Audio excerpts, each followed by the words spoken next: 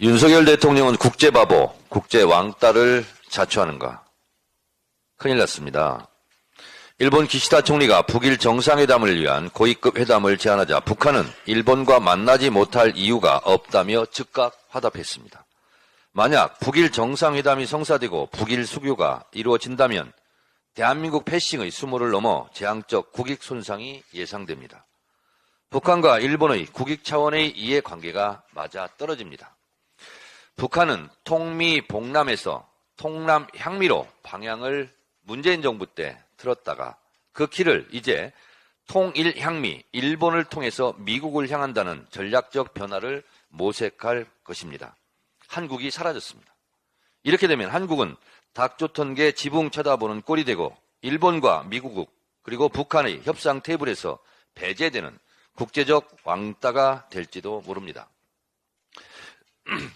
일본 기시다 총리는 윤석열 대통령을 살살 구슬르고 이용해서 과거사 문제, 위안부 문제, 강제동원 문제, 독도 야욕, 역사 교과서 문제, 후쿠시마 오염수 해양 투기 문제 등을 해결했다고 보고 이제 북한과 대화하겠다는 겁니다.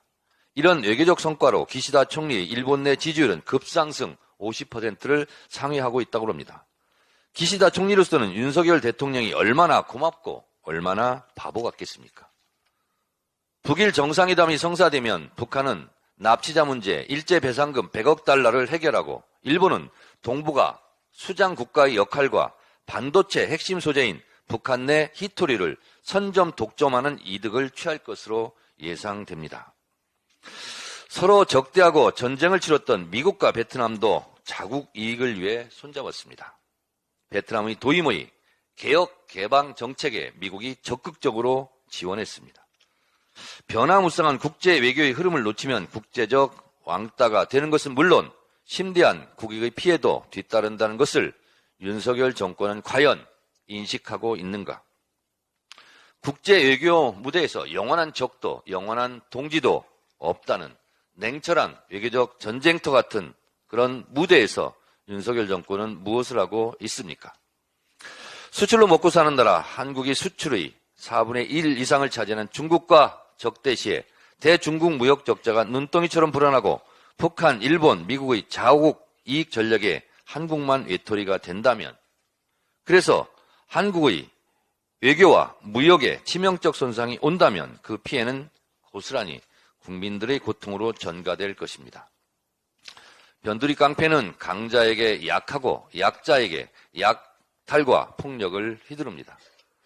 강대국에게 굽신굽신 굴종하고 자국 국민에게는 폭력적 탄압과 압수수색 두드려 패는 것을 보면 꼭 변두리 깡패 정권을 닮은 것 같습니다. MBC 대통령기 탑승 배제와 바이든 날리면 보도 기자에 대한 보복적 속옷까지 압수수색, MBC 뉴스룸에 대한 침탈, 한상혁 방통위원장에 대한 법적 근거 없는 면직, 꼭 실패한 MB 정권 초창기 언론장악 시나리오와 닮았습니다. 언론을 장악하려 했던 정권, 언론을 탄압하려 했던 정권 모두 정권의 자기 무덤 파기였음을 명심하기 바랍니다. 민주당의 혁신의 주체는 당의 주인인 당원입니다. 국회의원은 혁신의 대상이지 주체가 아닙니다. 국회의원은 유권자 심판의 대상이지 심판이 아닙니다.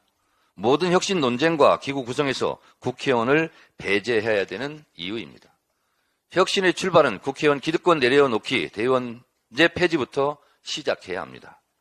혁신의 대상들이 혁신 떠들지 말기 바랍니다.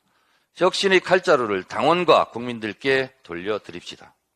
정권은 짧고 국민은 영원하듯이 국회의원은 짧고 당원은 영원합니다. 지난 5월 30일 본회의장에서 저는 분명히 일어서서 이해했습니다라고 말했고 이는 방송 영상에도 나옵니다. 이를 무시하고 방망이를 두들긴 김진표 의장은 국회법 제112조 3항을 위반했습니다.